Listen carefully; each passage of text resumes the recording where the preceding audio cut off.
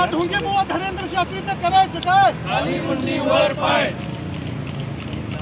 या हरामखोराला जोराने, या हरामखोराला जोराने.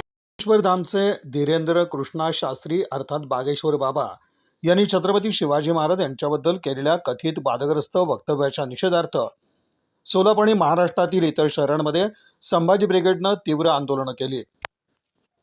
बागेश्वर बाबांनी नागपूरमधील एका कार्यक्रमात शिवाजी महाराज युद्धाला कंटाळून समर्थ रामदास स्वामींकडे गेले होते आणि त्यांनी आपलं राज्य त्यांना सोपवलं होतं असं विधान केल्याचा आरोप आंदोलकांनी केला आहे, जे इतिहासाची मोडतोड करणारे असल्याचं त्यांचं म्हणणं आहे. सोलापूरमध्ये संभाजी ब्रिगेडच्या कार्यकर्त्यांनी अत्यंत आक्रमक आंदोलकांनी धीरेंद्र शास्त्री यांच्या फोटोला शेण मिश्रित पाण्याचं स्नान घालून आपला संताप व्यक्त केला. जर भविष्यात त्यांनी पुन्हा असं विधान केलं तर त्यांच्या तोंडाला शेण फासलं जाईल असा कडक इशारा संभाजी ब्रिगेडनं यावेळी दिला. देशाचे आराध्यदैवत छत्रपती शिवाजी महाराज यांच्याबद्दल बाहेरच्या राज्यातून आलेले ढोंगी साधू म्हणजे धीरेंद्र शास्त्री याने नागपूरमध्ये छत्रपती शिवाजी महाराजांवर आक्षेपार्ह विधान केलं आणि ते विधान महाराष्ट्राचे मुख्यमंत्री देवेंद्र फडणवीस गडकरी साहेब यांच्या समोर केलं. तरी या महाराष्ट्रातील ज्यांनी सत्ता BJP भोगत आहेत त्यांनी त्या धीरेंद्र शास्त्रीला अडवलं नाही.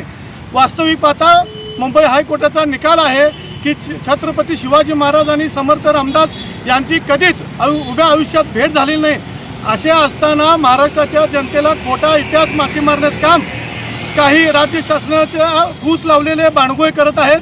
त्याचा आम्ही संभाजी ब्रिगेडच्या वतीनं आज या ठिकाणी धीरेंद्र शास्त्री याच्या प्रतिमेला शेणाचा अभिषेक घालून त्याचा निषेध केलेला आहे.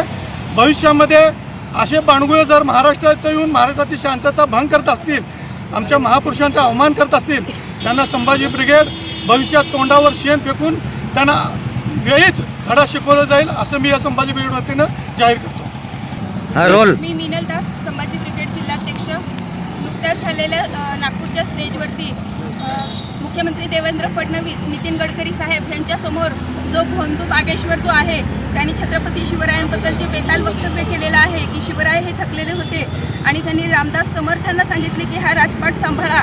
तर मला ह्या भोंदूला ह्या माध्यमातून सांगायचं आहे की गोरगरीब जनतेला चमत्कारांच्या जाळ्यात अडकवून स्वतःची लोकप्रियता वाढवणारा हा नालायक माणूस, त्याला अखंड हिंदुस्थानचे दैवत श्री छत्रपती शिवराय महाराजांचा इतिहास हा कदाचित माहिती नसेल.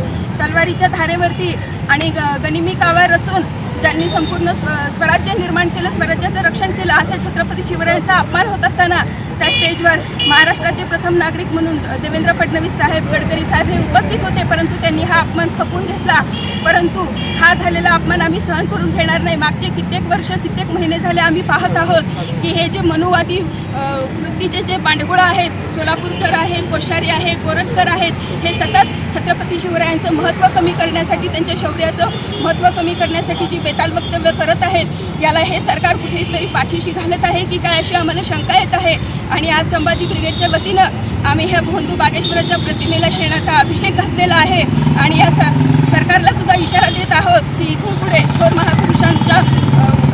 महापुरुषांच्या कार्यावर, कर्तृत्वावर जे कोणी बेताल वक्तव्य करतील त्यांच्यावरती देशद्रोहाचा गुन्हा दाखल करण्यात यावा.